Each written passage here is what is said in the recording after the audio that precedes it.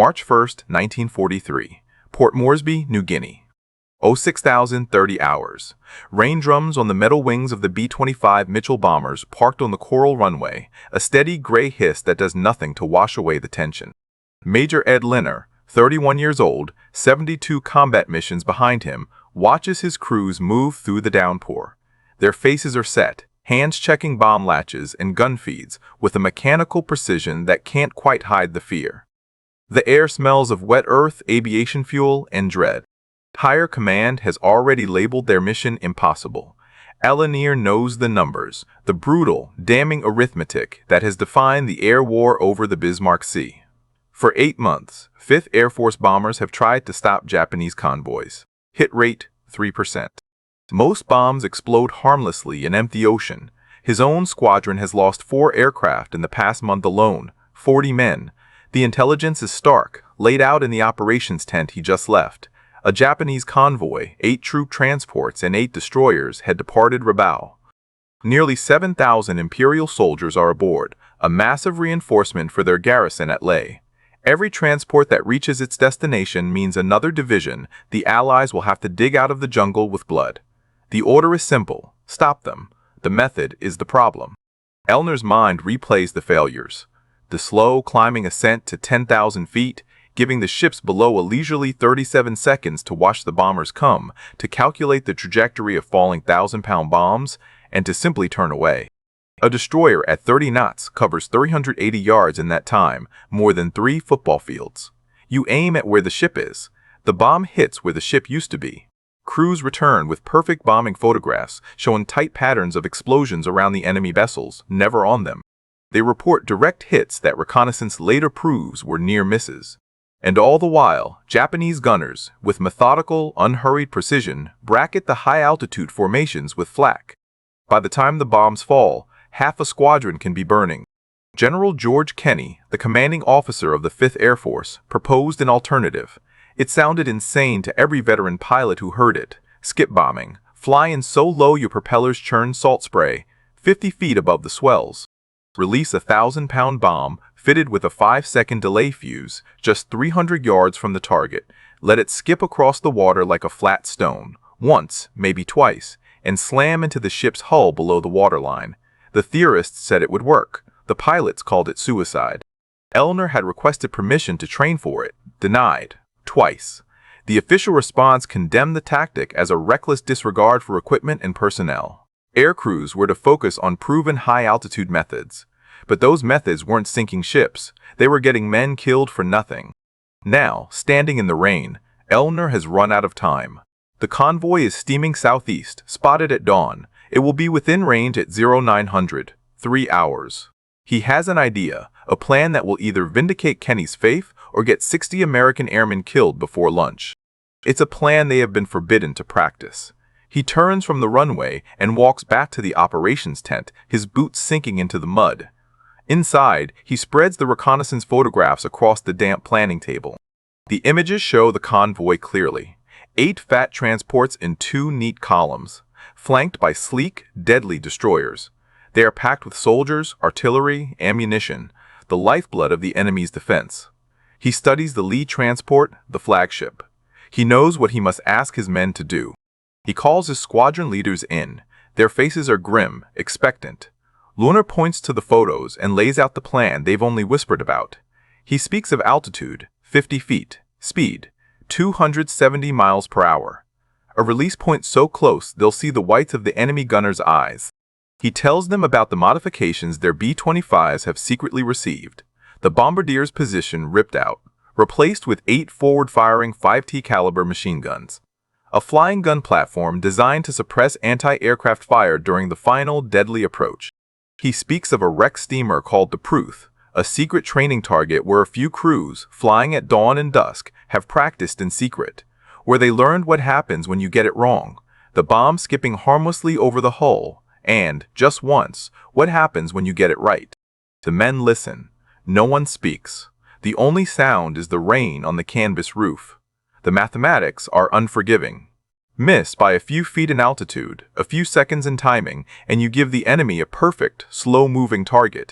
fly a twin-engine bomber straight into the concentrated fire of a destroyer's 127mm main guns and dozens of lighter automatic weapons, and you don't come home. Elner assigns each pilot a specific target, one transport each, one pass, one bomb, one chance. The crews file out into the rain at 0700, 54 men in 9 B-25s. Behind them, 13 Beaufort fighters from the Royal Australian Air Force will strafe first to draw fire. Above, 16 B-17 Flying Fortresses will bomb from altitude to scatter the formation, but the killing blow, if it comes, will be delivered from 50 feet. At 0715, Elner climbs into his aircraft, SADSAC. His co-pilot, Lieutenant Tom Benz, is already running through the checklist. The bombardier, Staff Sergeant Carl Walls, checks the bomb release mechanism for the 4th time. No one speaks. The engines cough to life, the twin Wright Cyclones settling into a thunderous roar that vibrates through the airframe. Around him, 8 other B-25s come alive. The formation will take off in flights of 3. Leaner's flight first. At E-745, he releases the brakes. The Mitchell begins its roll down the rain, soaked coral, heavy with fuel, bombs, and the weight of an untested theory. The nose lifts. They are airborne. He stays low, dipping down over the jungle treetops before heading out to sea. The mission profile is simple. Stay below 100 feet all the way. Japanese radar can't track you there. Surprise is the only advantage they have. The flight to the Bismarck Sea will take 90 minutes. By 09,030, he will know. The ocean beneath them was a vast, empty blue, stretching to a hazy horizon in every direction. Lanier held his B-25 at 30 feet, so low that occasional sprays of salt water from the wavetops smacked against the windscreen. In the loose V formation around him, the other 8 Mitchells were dark shapes against the shimmering sea, each separated by 200 yards, close enough for visual contact, far enough that one burst of flak couldn't claim 2 bombers. Radio silence was absolute. The Japanese monitored every frequency, one stray transmission would strip away their only advantage, surprise. For 90 minutes, the world was reduced to the roar of the engines, the vibrating airframe, and the hypnotic, terrifying sameness of the water rushing past. Navigation was instinct and fate. A 5-degree error in course, and they would miss the convoy entirely. Lerner's eyes scanned the instruments, the ocean, the sky. His co-pilot, Benz, monitored the engines. In the glazed nose, Staff Sergeant Walls crouched by his single .50 caliber, his eyes fixed ahead, the bulky bomb release switch within reach. At 85-2, smoke appeared on the horizon, a thin, dark smudge against the pale sky. Diesel exhaust from 16 ships.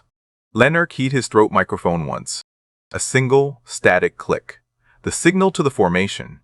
Acknowledgement clicks echoed back. The silent pact held. The convoy materialized out of the sea haze, a sprawling armada of war.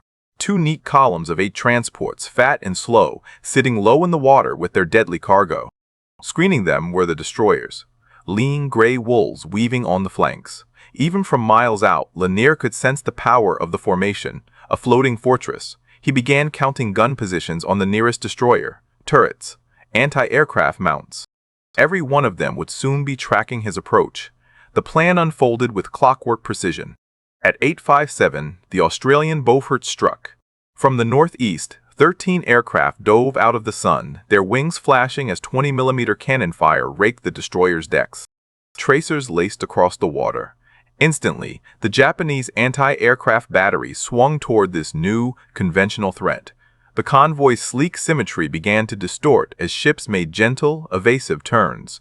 Right on cue, at EO 900, the deep thrum of the high-altitude B-117s vibrated through the air. Elner glimpsed them as tiny, shining specks at 10,000 feet. Bomb bay doors opened. A shower of dark specks tumbled down. The convoy's turns became sharp, frantic maneuvers. Columns broke apart. Destroyers accelerated, carving furious white wakes through the blue. The perfect formation dissolved into chaos. Now, Leaner pulled back on the throttles, descending even lower, 40 feet. The airspeed bled to 260 miles per hour. The ocean surface became a blur of detail, individual waves, streaks of foam. Walls began calling out the distance, his voice calm in the interphone. 4,000 yards, 3,800, 3,600. The individual ships were clear now. Leaner picked his target, the second transport in the port column. A 700-foot-long vessel, its decks crowded with tiny, ant-like figures. His bomb was for amidships, where the troop holds would be packed. The destroyer on the left flank saw them, muzzle flashes, tiny and silent at this distance. Seconds later, towering geysers of white water erupted off their starboard side, too high. The gunners were trained for bombers at altitude, their lead calculation all wrong for this skimming shadow. At 2,000 yards, Leaner's thumb pressed the trigger on his control yoke. All 8 forward-firing 50 calibers erupted. The aircraft shuddered with the recoil. Tracers, a solid stream of red, walked across the transport superstructure. Glass exploded. Metal sparked. Figures on deck crumpled or dove for cover. The theory was in motion, suppression. Give the gunners a reason to duck. 1,200 yards. His wingmen spread out, each B-25 lining up on its assigned ship. The formation fragmented by design, 9 bombers attacking 9 targets simultaneously. No time for centralized defense. 800 yards. The destroyer fired again. This time, the shells bracketed them. The concussion slapped the aircraft like giant hands. Womp, womp. Shrapnel peppered the fuselage with a sound like angry hail. Damage. Port engine oil pressure dropping, Benz called out, his voice tight. Still in the green. 600 yards. The transport filled the entire windscreen. Leonard could see individual fittings on the deck, the rising sun flag, the faces of gunners swinging their weapons toward him. Every muscle, every instinct screamed to pull back on the yoke, to climb away from the wall of steel rushing at a combined speed of over 300 miles per hour. 400 yards. Wall's voice cut through. Bomb armed, ready, 300 yards. Lohner pressed the bomb release button. A jolt as the 1,000-pound weight fell away. The B-25, suddenly lighter, lurched upward. Ulmer hauled back on the control yoke, climbing into a shallow, desperate turn. Behind them, the bomb, carried by its own momentum, struck the water. It skipped once, a perfect flat stone arc, and vanished into the side of the transport, just below the waterline. The 5-second delay fuse ticked down inside the ship's hull. The explosion was not something Leonard saw. He felt it. A shockwave of air hammered his aircraft, yanking the tail sideways. Benz fought the controls as they climbed through 100, 200, 300 feet. Leonard risked a glance over his shoulder. The transport was being gutted from within. A furious column of flame and black smoke erupted amidships. The deck plates bulged upward, then tore apart. Secondary explosions, ammunition, fuel rippled through the vessel like a string of firecrackers.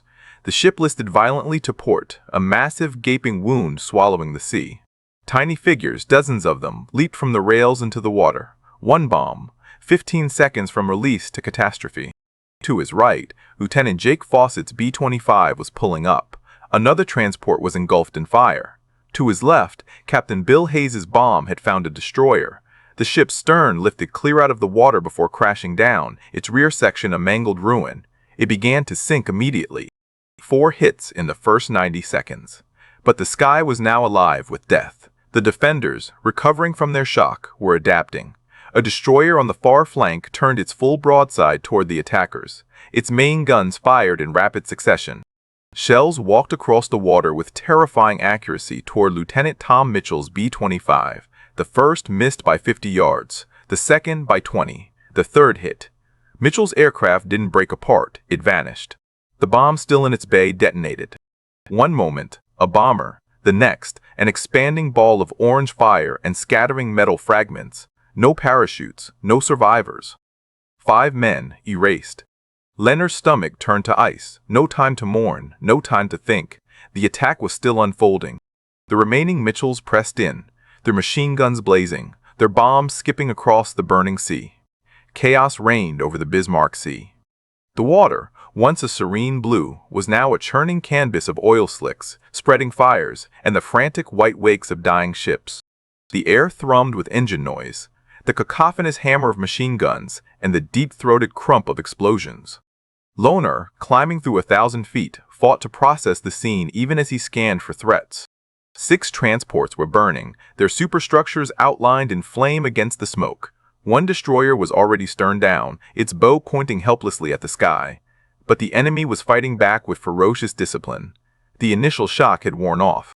Japanese gunners, now understanding the unprecedented low-level threat, were tracking with grim determination. Tracers crisscrossed the sky in a lethal latticework, concentrated at the 50-foot level where the B-25s were most vulnerable. Lieutenant Carl Johnson was next in the line of fire. He'd lined up on the convoy's flagship, the largest transport. His approach was textbook, 50 feet, 270 miles per hour, his forward gun stitching a line of destruction across the ship's decks.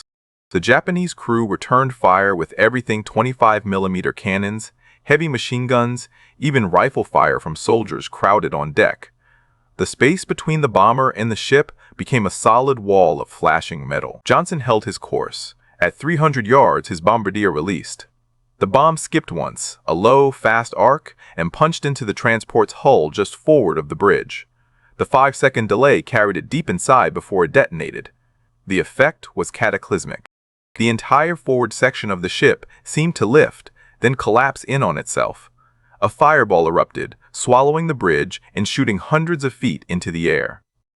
Secondary explosions, artillery shells, fuel drums, began cooking off in a relentless chain reaction. Men, some of them burning, poured over the sides. To Ulner's left, Lieutenant Paul Warren's B-25 was in trouble. A veteran gunner on a destroyer had found the range. A string of 20mm shells ripped through Warren's port wing. Aviation fuel streamed behind the aircraft like silvery blood. Warren didn't waver. Lunar could see him through the canopy, jaw set, holding the shuddering aircraft level. At 200 yards, he released. The bomb struck true, detonating against another transport's waterline. Warren immediately banked hard right, his wing now visibly aflame. His co-pilot fought the fire suppression system. The flames died, leaving a trail of smoke and a crippled bomber struggling for altitude. The battle was a brutal exchange, measured in seconds and yards. The skip bombing tactic was working with horrifying efficiency, but the cost was being extracted in real time. The Japanese, masters of naval anti-aircraft gunnery, were learning and adapting with terrifying speed. Their fire was no longer wild or aimed too high. It was now concentrated, disciplined, and deadly accurate at wave-top height. At 09:10, the second wave arrived. 9 fresh B-25s from the 90th Bomb Squadron, led by Major Ralph Chelly, roared in from the east. They had witnessed the carnage from 5 miles out. They saw the burning ships. They also saw Mitchell's vaporized aircraft and Warren's struggling bomber. They knew the price of entry. Chelly's formation spread out, targeting the remaining ships. The Japanese were waiting. Every gun in the convoy that could still bear was now trained low. The destroyers had formed a rough defensive line, their main batteries firing coordinated volleys. The ocean ahead of the incoming bombers erupted in a forest of white geysers. The barrage was so dense it seemed impossible to penetrate. Chelly, a savvy pilot, had approached from the east, directly into the rising sun. His bomber was a backlit silhouette, a difficult target for gunners squinting into the glare. His bomb hit a transport already listing from earlier damage. The new explosion broke the ship's back. It rolled onto its side and slipped beneath the waves in under 2 minutes, taking hundreds of men with it. Not all were as fortunate. Lieutenant Harold Jensen's approach was off too shallow, too fast. His bomb skipped 3 times, skimming over the deck of his target destroyer like a stone over a pond, and detonated harmlessly beyond. Jensen pulled up, circling for another run. It was a fatal decision. The destroyer he'd missed tracked his turn perfectly. As Jensen came back around, committed to his new approach, the destroyer's main guns fired a single, calculated volley. The first shell tore Jensen's port engine clean off the wing. The second smashed into the cockpit. The B-25, its control center obliterated, rolled onto its back and speared into the sea at over 300 miles per hour. There was no fiery explosion, just a massive plume of spray and a scattering of debris. 10 more men gone. Ulner, orbiting at a safer altitude to assess the damage, felt a cold numbness. 2 bombers lost, 7 transports sinking or sunk, 3 destroyers crippled. The mathematical exchange was staggering in its asymmetry. But the human cost was a raw, screaming fact. He had trained with these men. He knew Jensen's co-pilot had a newborn daughter back in Oregon. The air battle had lasted 8 furious minutes. And then, at 09:05, a new threat descended. Ulner saw them through a break in the smoke, sleek, silver shapes dropping like falcons from the high clouds. 18 Japanese Zero fighters. The P-38 Lightnings assigned for top cover were nowhere to be seen, outnumbered, drawn away, or lost. The Zeros split. Half engaged the few P-38s that appeared at the edge of the fight. The other 9 dove straight for the low, slow, and vulnerable B-25s. Elner's aircraft was spent low on fuel, ammunition for the nose guns nearly exhausted.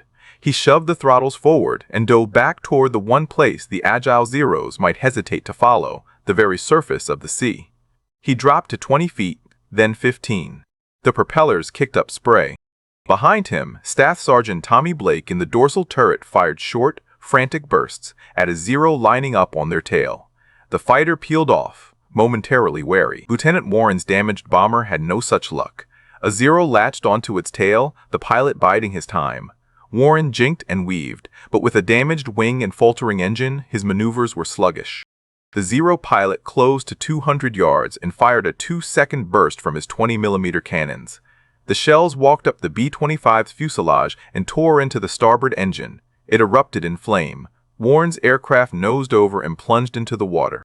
Elner watched, helpless, as 3 parachutes blossomed. 3 out of 5. The Zeros, in a violation of the unwritten rules, made a strafing pass at the men in the water before climbing away.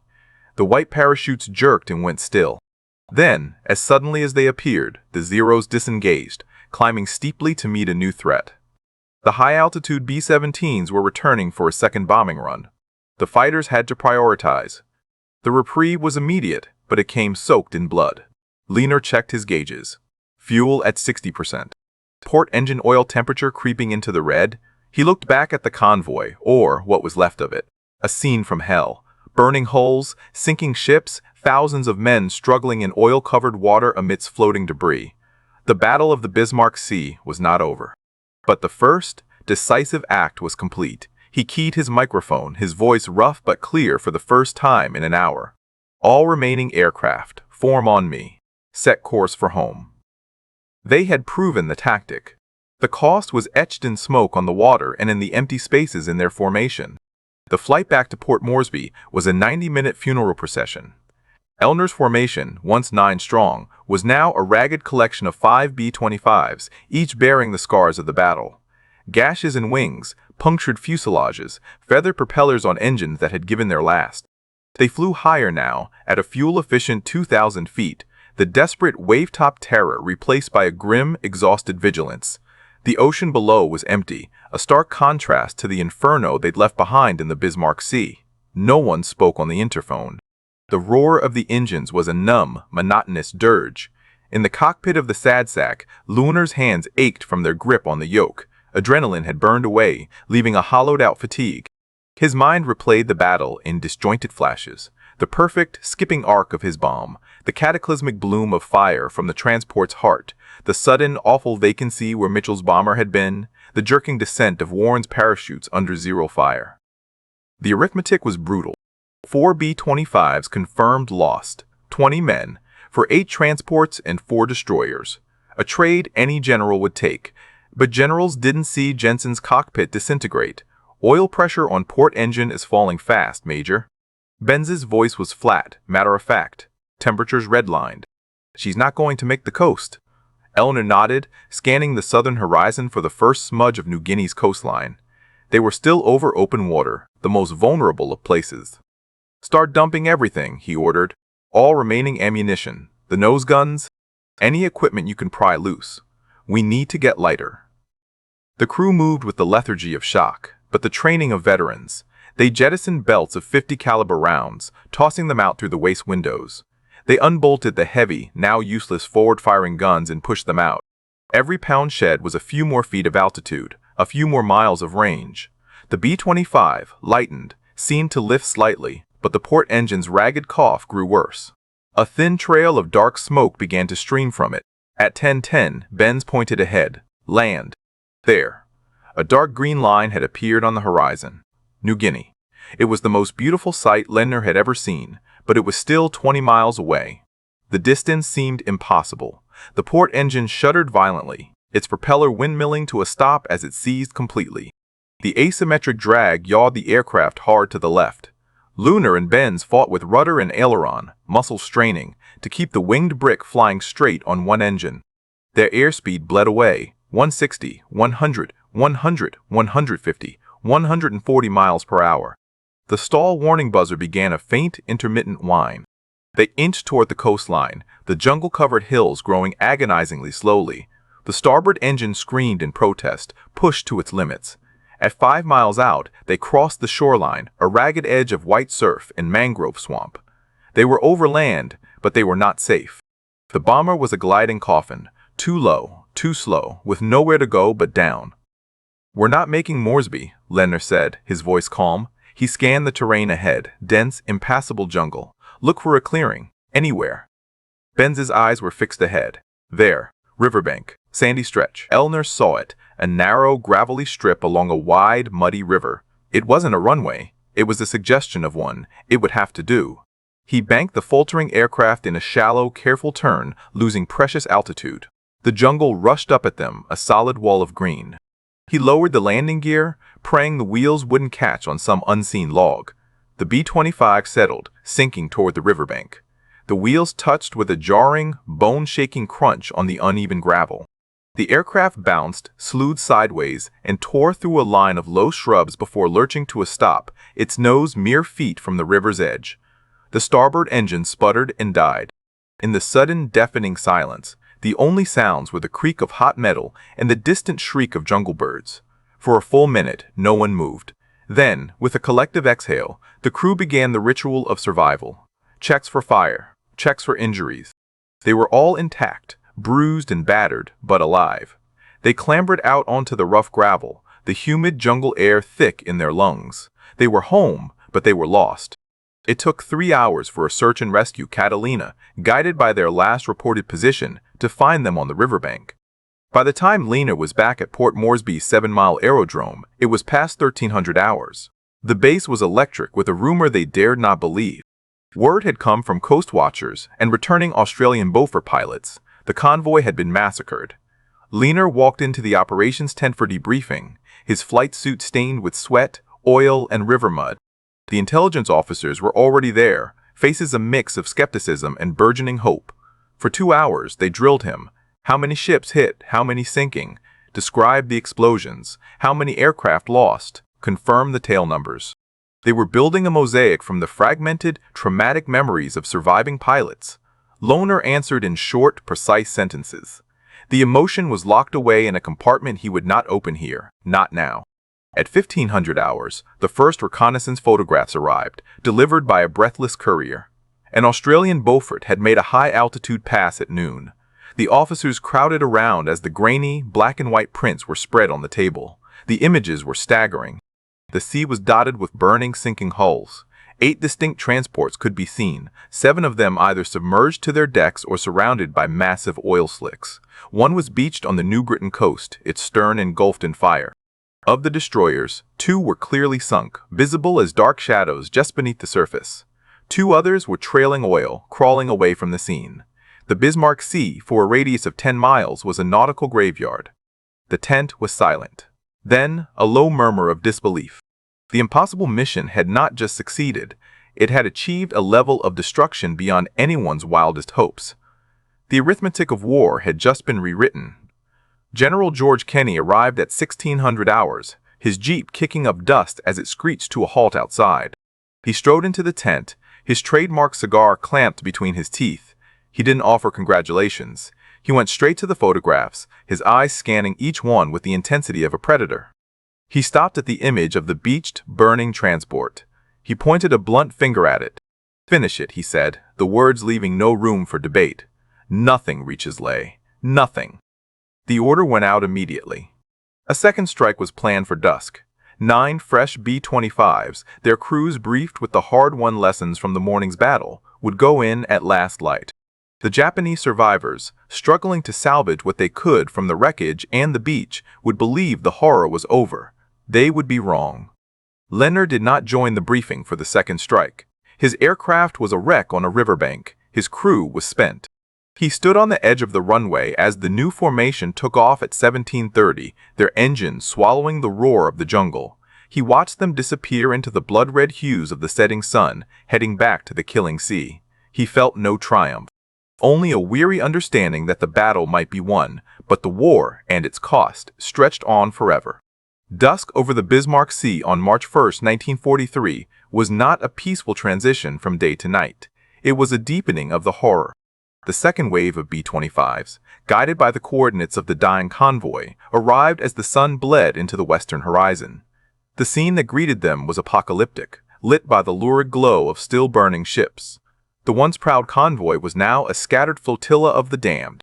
The beached transport, a massive, smoldering hulk on the New Britain coast, was the primary target. Around it, the two damaged destroyers that had tried to shepherd the survivors were moving slowly, their silhouettes stark against the fiery water. The Japanese were exhausted, their defensive fire disorganized but no less desperate.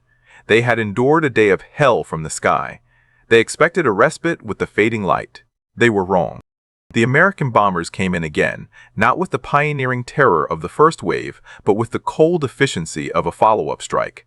They had the data now. They knew the skip bombing technique worked. They also knew where the surviving anti-aircraft positions were most likely to be. The attack was merciless.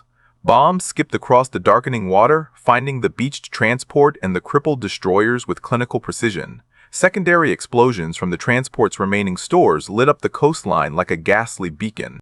One destroyer, hit amidships, broke in two and sank in minutes. The other, its steering shattered, began to drift, burning into the night. But the Battle of the Bismarck Sea did not end with the sinking of the last warship. It degenerated.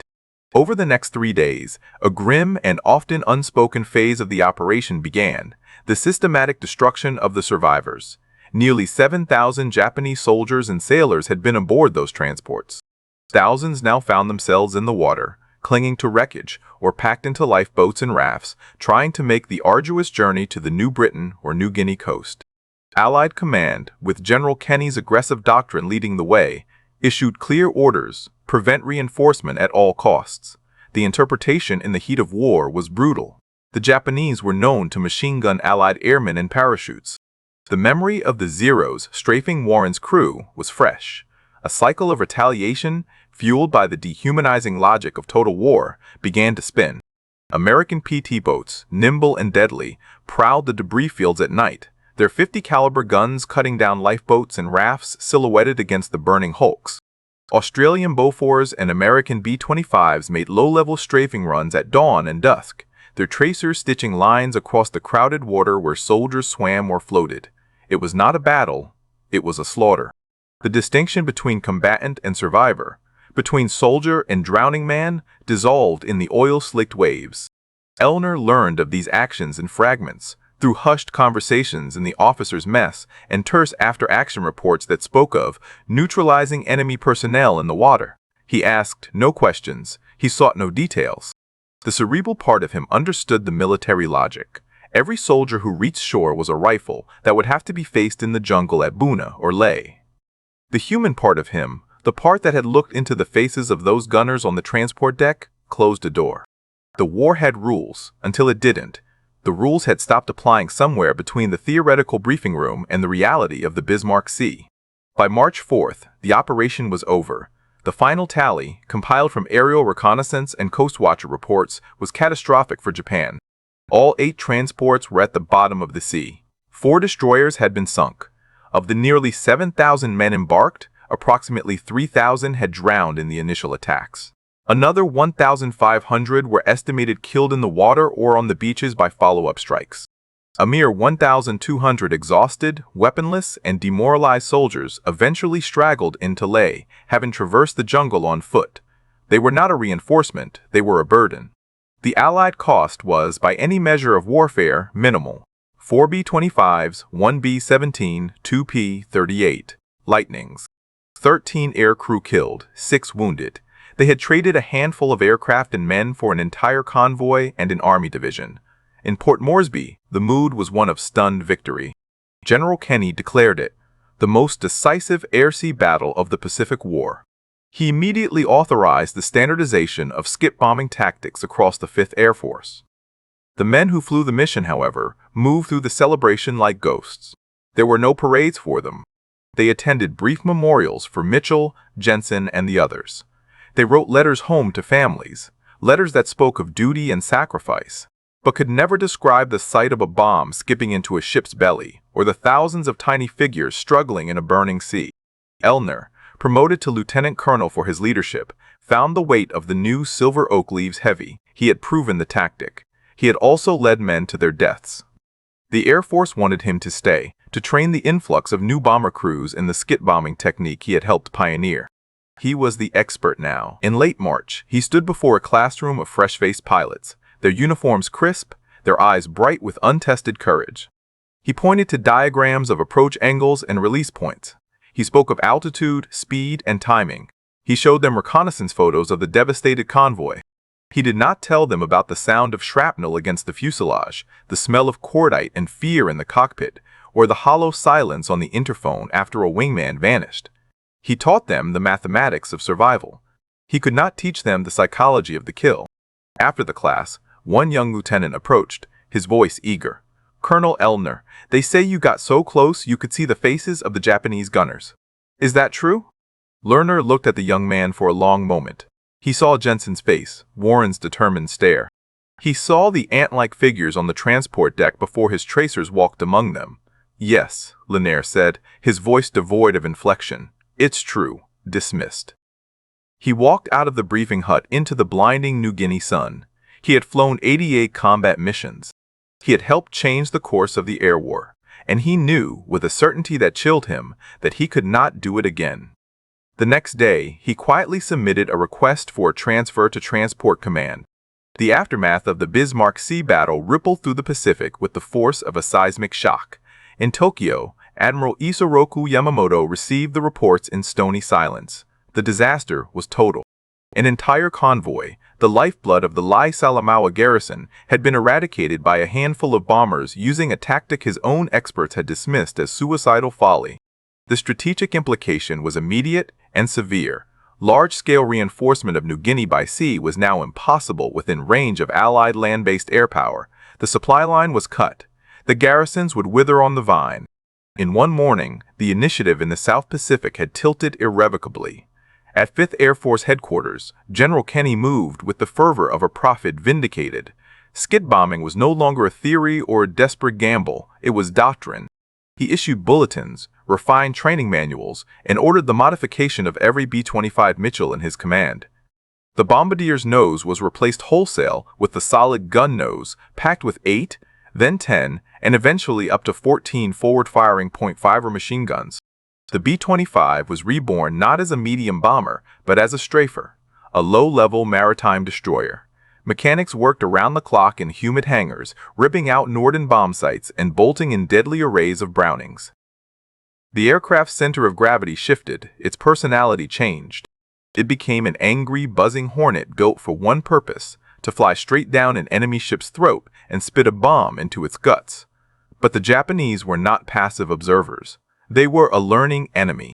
The survivors of the Bismarck Sea, the gunners who had tracked those impossibly low bombers, the destroyer captains who had witnessed the skipping bombs, brought back hard lessons.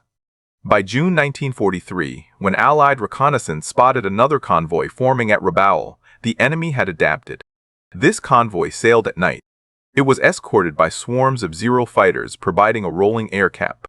And most critically, every destroyer and transport had been festooned with additional light anti-aircraft guns, 25mm and 40mm cannons, specifically positioned and drilled for engaging low-flying targets.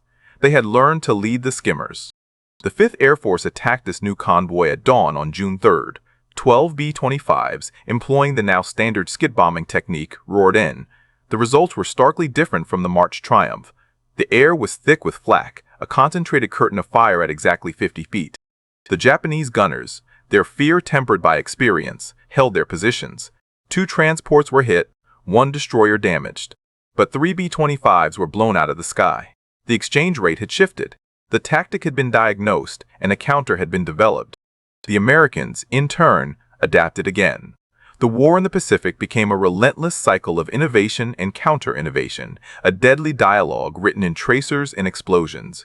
Kenny's mechanics added more armor around the cockpit and engines. They experimented with different bomb fuses. They developed coordinated, multi-layered attack plans, high-altitude B-17s to scatter formations, fighters to engage the Zero Cap, and then the B-25 strafers to deliver the killing blow while the defenders were distracted.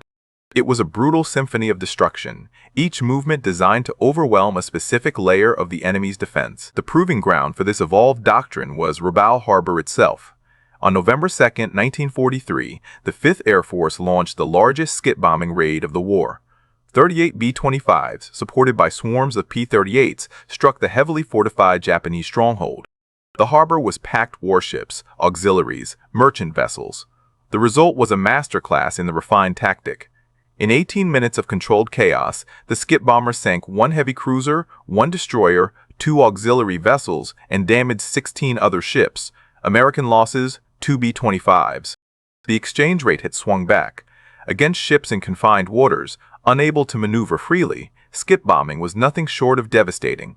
The news spread to other Allied air forces. The British, battling German convoys off Norway, adopted the technique with their Beaufighters, achieving similar, brutal efficiency. The Soviets attempted a cruder version on the Eastern Front, with mixed results. By 1944, skip bombing and its close cousin mass height bombing were standard maritime strike doctrine worldwide. The statistics told an undeniable story.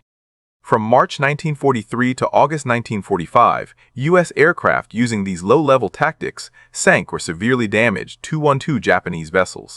The cost was 47 bombers lost, a kill ratio of 4.5 ships per bomber. Compared to the 0.3 ships per bomber achieved by high-altitude methods, it was 15 times more effective. But this cold calculus of war ignored a more human equation. Skip bombing demanded a specific, harrowing kind of courage. It required crews to suppress every instinct for self-preservation, to fly a steady, unflinching course directly into a storm of metal, watching tracers converge on their cockpit for what felt like an eternity. The psychological toll was immense and often unrecorded.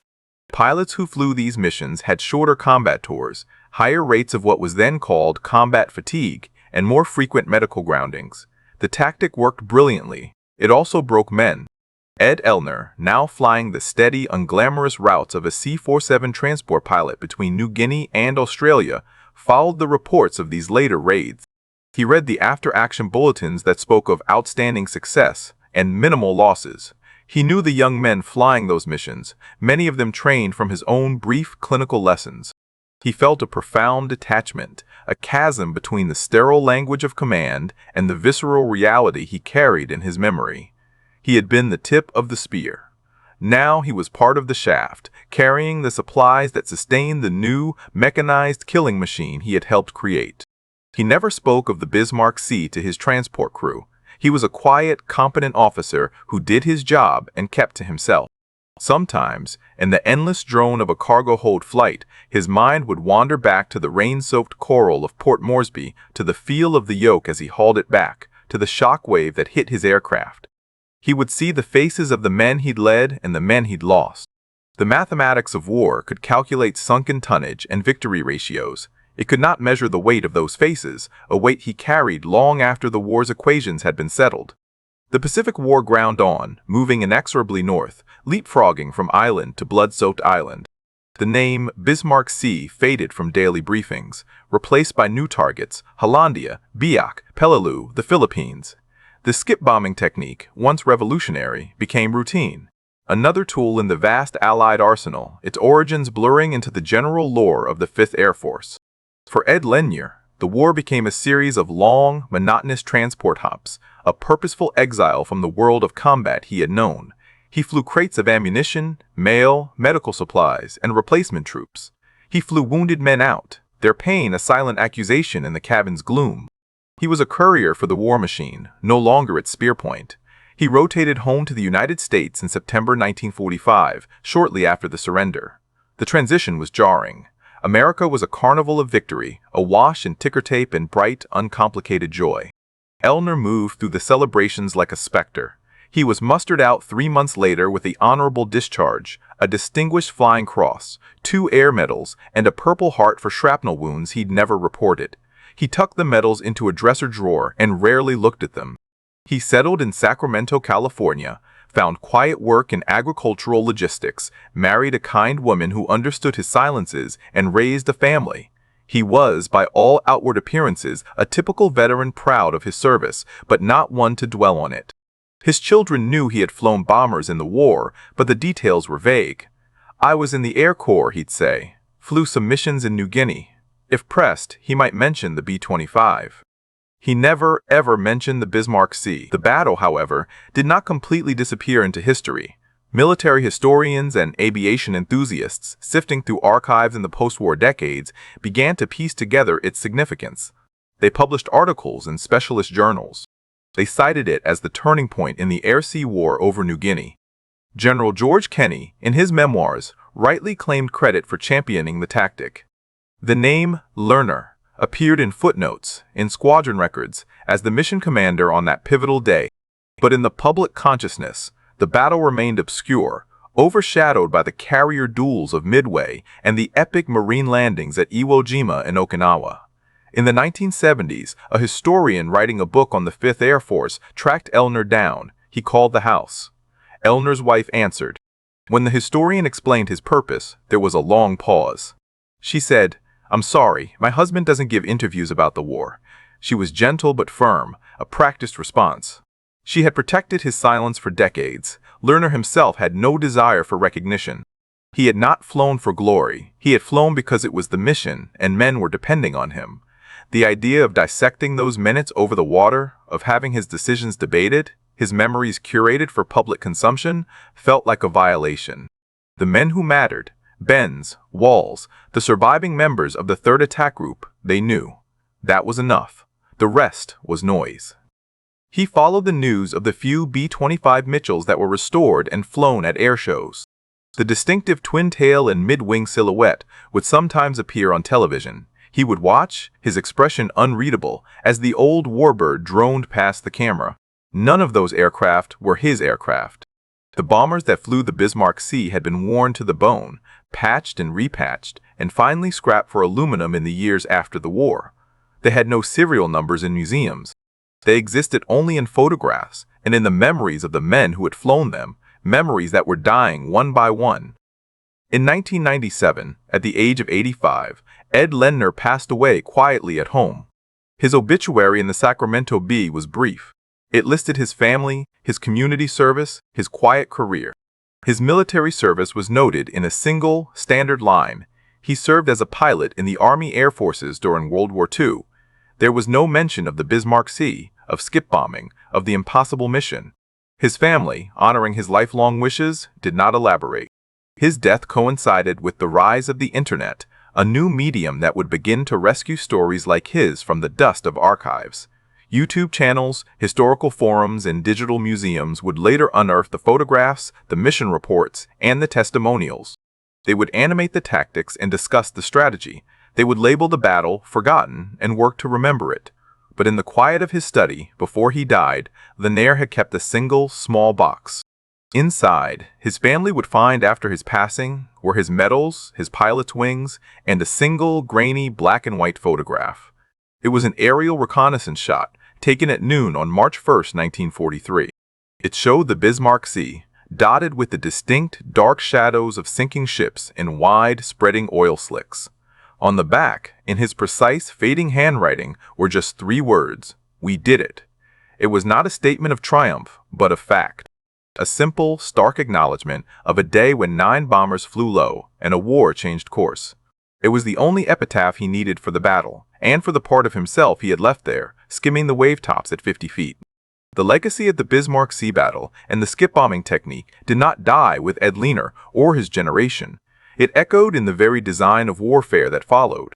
In the post-war years, military analysts pored over the results, codifying the lessons into a brutal new reality. The era of the unassailable surface warship, safe from air attack except by dive or high-level bombers, was over. The battlefield had been flattened vertically. The most dangerous approach was now the one that stayed below the radar horizon, that presented a fleeting, high-speed profile, and that struck with the intimate, terrifying certainty of a point-blank shot. This doctrine was written into the DNA of a new generation of aircraft. The American AD Skyraider, a prop-driven anachronism that fought brilliantly in Korea and Vietnam, was built to loiter and strike at low level with a staggering array of weapons. More tellingly, the Soviet Union, through espionage and analysis, developed a profound obsession with anti-ship missiles designed to skim the sea at wave-top height, the technological evolution of the skipping bomb. The infamous sunburn and shipwreck missiles that would later haunt NATO planners were, in concept, supersonic, automated descendants of the tactic Ed Linner's men had proven with sheer nerve and piston engines. The battle also cemented a tactical truth that would resonate through every conflict thereafter. The greatest weapon against the new tactic is a veteran who has survived it. The Japanese gunners who adapted after March 1st proved that. Their rapid improvement in low-level anti-aircraft defense foreshadowed the constant cat-and-mouse game between weapon and counterweapon, a game played out in the skies over Vietnam with surface-to-air missiles and Wild Weasel aircraft, and in later wars with integrated air defense networks. But for the men of the 5th Air Force who came after Elnier's pioneering strike, the Bismarck Sea was both a blessing and a curse. It was a blessing because it provided a proven, devastating blueprint for success. It was a curse because it set an almost impossible standard of courage. New crews would study the diagrams and the gun camera footage. They would hear the veterans, the few who would talk, speak in clipped terms about the run-in and the release point. They would nod, understanding the mechanics.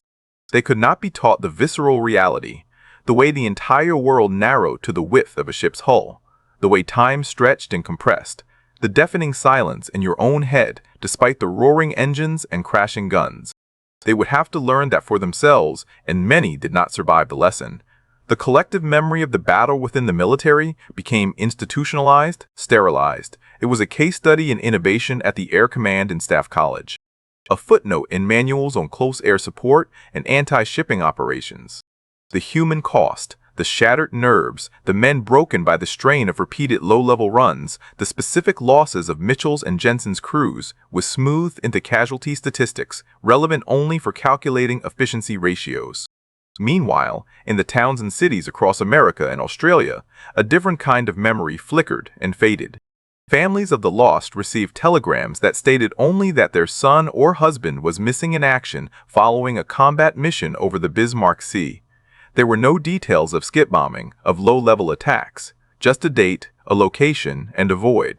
For these families, the battle was not a turning point, it was an end point. Their private grief became the unmarked headstone for a piece of the battle's history.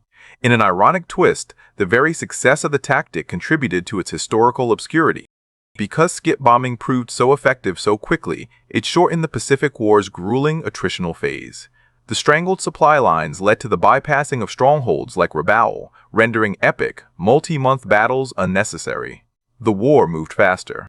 And in the rush forward, the early, desperate innovations that made the advance possible were often left behind in the narrative, overshadowed by the larger, set-piece battles that followed. The story of a handful of B-25s on a single morning was less cinematic than the 1,000-ship armadas at Leyte Gulf, yet the physical echo remained.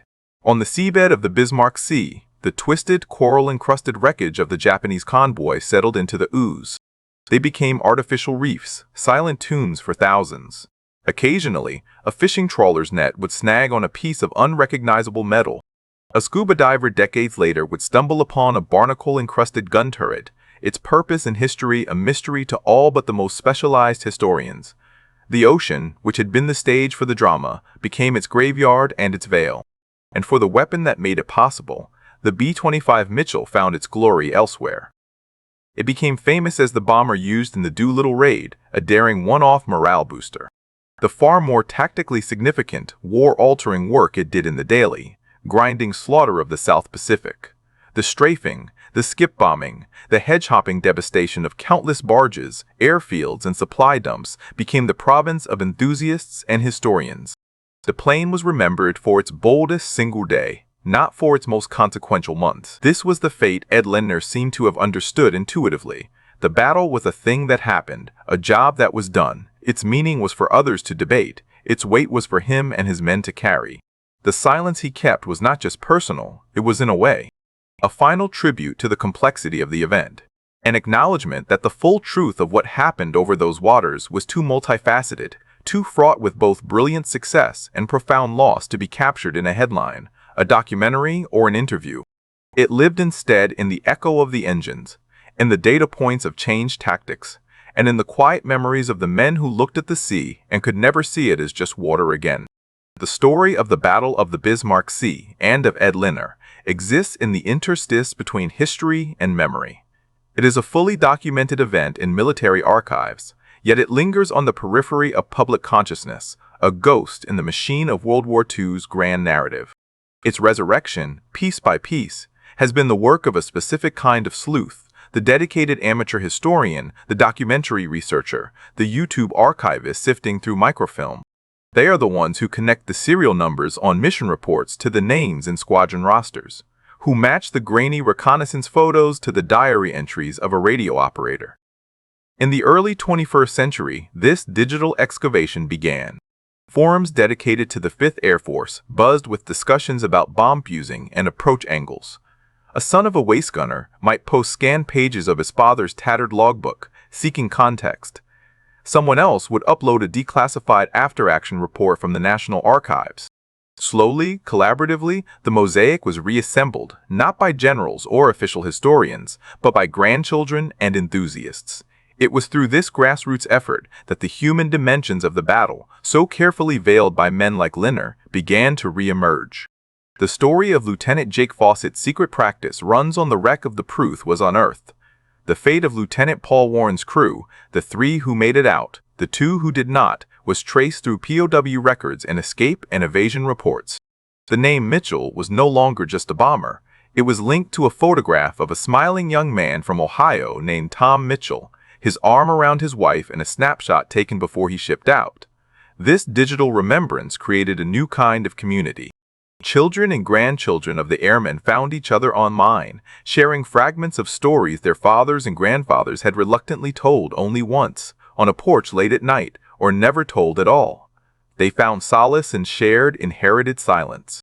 They also found a shared pride in the specific, technical accomplishment their relatives had achieved, not just in fighting bravely, but in solving a problem.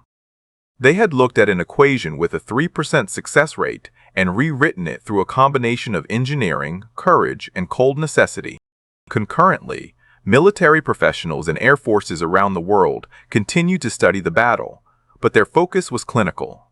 At the U.S. Naval War College, it was a case study in operational paralysis, how to sever an enemy's logistical line of communication.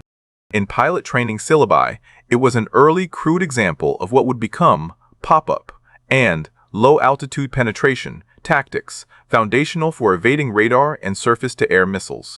The terrified, human moments inside the cockpits were abstracted into variables of speed, altitude, and release point. This dichotomy defines the battle's legacy. It is both intensely human and coldly analytical. It is a story of men like Staff Sergeant Carl Walls, his hands sweating on the bomb release switch as tracers filled his world, and it is a data point in the evolution of standoff weaponry. Both perspectives are true, yet they rarely meet. The battle's physical memorials are few and scattered.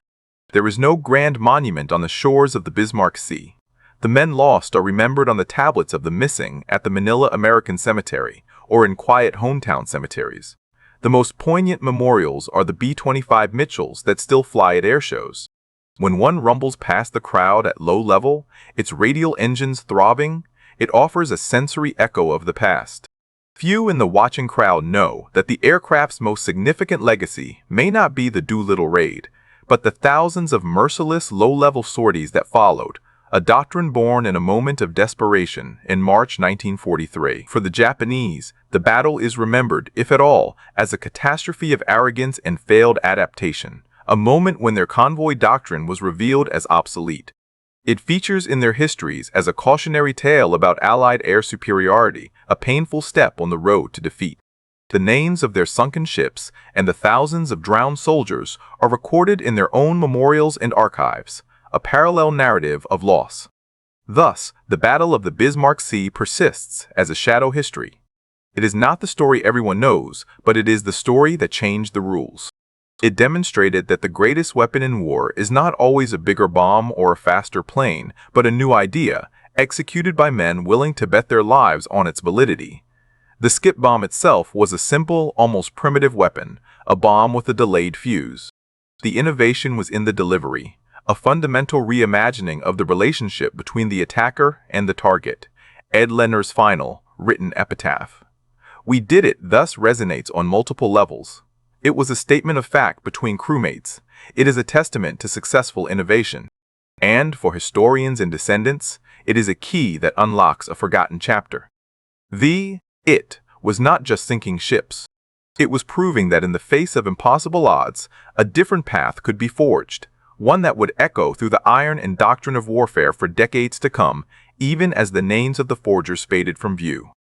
The Pacific Ocean, vast and indifferent, eventually smooths over all things. The oil slicks from the Battle of the Bismarck Sea dissipated decades ago. The fires burned out. The waves that were churned by sinking hulls and falling men settled back into their eternal rhythm. What remains is not on the water, but in the choices we make about what to remember and how. Ed Leonard's life after the war was a testament to a quiet kind of fortitude, a deliberate turning away from the roar of engines and the cacophony of battle towards the manageable silence of family and routine. In choosing the cockpit of a C-47 over a B-25, he was not retreating from duty. He was seeking a different kind of service, one that sustained life rather than delivered death. His silence on the subject was not a void, but a container, one that held the sounds of that day too terrible and too sacred to be translated into everyday language. His brief, written testament, "We did it," was the lid on that container, a definitive closure meant for his own peace. Yet, the story refused to be buried. It resurfaced because it contains an essential truth about warfare and human ingenuity. The Battle of the Bismarck Sea stands as a powerful counter-narrative to the idea of industrialized, impersonal war. This was not a conflict of faceless masses or indiscriminate bombardment from tens of thousands of feet. This was intimate, harrowing, and intensely personal. Success depended on the skill of a single pilot holding a steady course, the timing of a bombardier's thumb, the courage of a gunner staring into a wall of return fire. It was a surgical strike performed with sledgehammers, requiring a fusion of human nerve and mechanical precision that no computer of the age could orchestrate. The battle also forces a confrontation with the uncomfortable moral calculus of total war. The initial, brilliant combat success gave way to the grim days, long aftermath, the strafing of lifeboats, the orders of no quarter. To remember the battle fully is to acknowledge this brutal continuum. To understand that the same innovation that saved countless Allied lives by shortening the war also authored a specific, localized horror. It is a reminder that in war, triumph and tragedy are not sequential, they are simultaneous, woven into the same fabric. We can study the tactical brilliance without glorifying the totality of the violence. We can honor the courage of the airmen while mourning all who were lost, on both sides, in the water and in the air. Today, the tactic born that day lives on in spirit. When a modern fighter bomber uses terrain following radar to streak unseen through a valley at near supersonic speeds before popping up to launch a precision-guided missile, it is executing the philosophical descendant of skip bombing: get low, get close, strike with overwhelming, accurate force. The principle of suppressing enemy air defenses with a hail of forward-fired projectiles is the direct lineage of those 8.50 calibers in the B-25's nose. Leonard and his men were pioneers in a form of combat that is now fundamental. So, what is the final meaning of this forgotten battle? It is not that one side won and another lost. The deeper lesson is about the moment of decision. It is about what happens when proven methods are failing, and someone, a general like Kenny with a theory, a major like Leonard with the will to execute it, chooses to embrace the seemingly insane alternative. It is about the men who, when presented with that terrifying new idea, did not simply obey orders but mastered them, transforming a desperate gambit into a repeatable science through practice, sacrifice, and blood. The waters of the Bismarck Sea are quiet now. The coral has encrusted the steel. The fish swim through gun turrets and hold cargoes of bones. But the echo of those 9 Mitchells, skimming the wave tops in the morning light, continues to reverberate. It echoes in the design of weapons, in the pages of tactical manuals, and in the quiet pride of families who only later learned what their quiet fathers and grandfathers had done.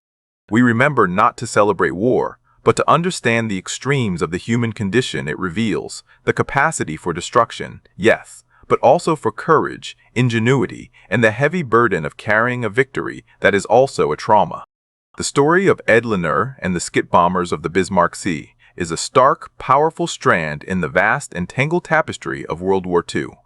It was a day when the impossible was made possible, at a price that was, and remains, impossible to fully calculate. We did it.